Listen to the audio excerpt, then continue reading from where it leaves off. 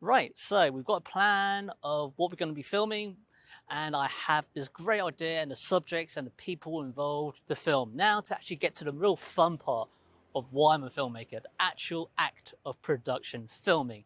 One of the reasons why I love being a filmmaker is, well, gear. So in this section, I'm going to talk about the gear, finding locations, and basically the whole basic setup of my filming stuff.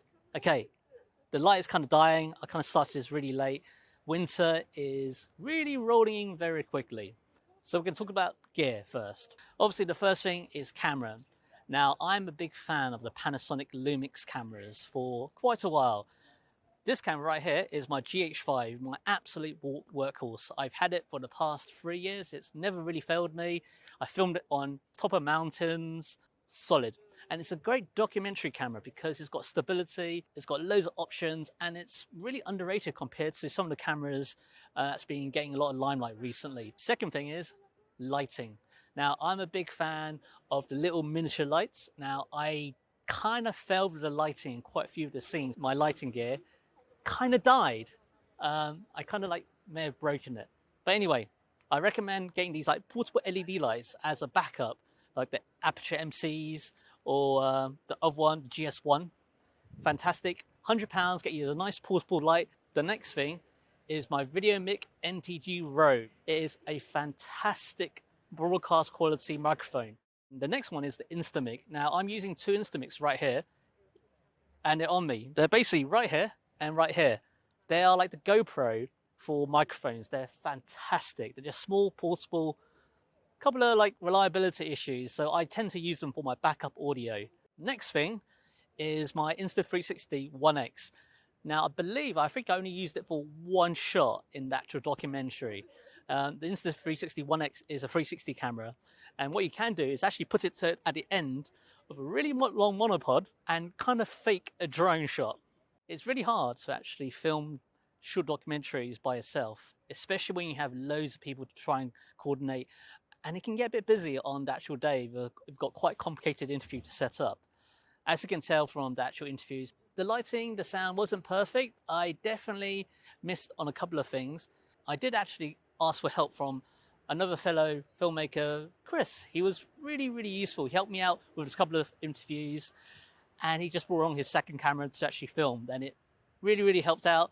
And he kind of caught things that I definitely missed on the day. If you want to find crew, I recommend to go to your local film groups, online groups especially, something like the Birth of DocHouse. They have a great WhatsApp group where film fans and filmmakers hang out. And also, something like the London Documentary Network is fantastic to try and find crew as well.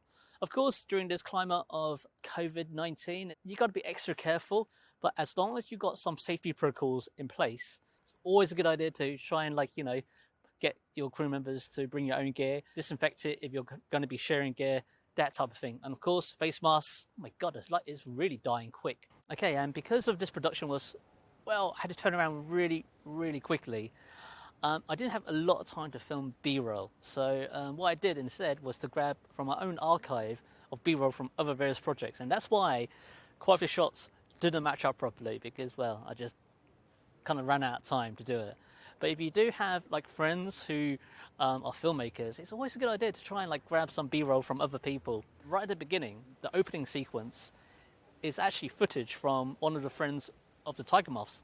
My top tip, I guess, if you have a subject and you have a connection to the subject, it's always a good idea just to film a couple of clips here and there when whatever you're doing with them, because you never know, it might actually end up in your piece. Filming locations, oh dear, yeah, the bane of my bloody life. One of the things I really wanted to do was to find venues that actually host live music.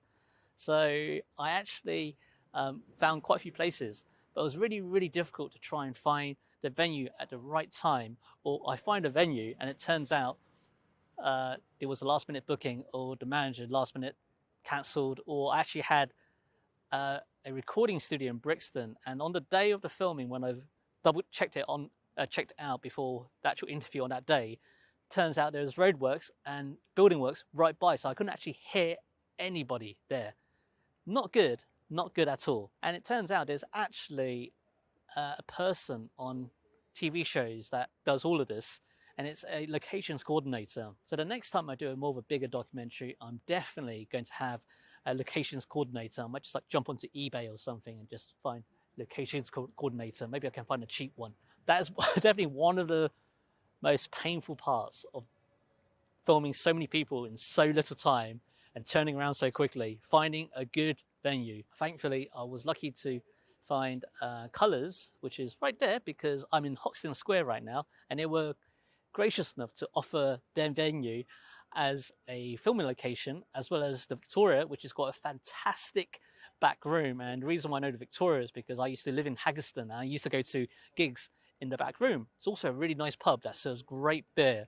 And then, of course, there's Bedford. So thanks, Connor, for suggesting the Bedford. Right, I think that's enough for the production side of things. I had managed to get all my footage. Now for what I thought would be a lot of hard work, the editing.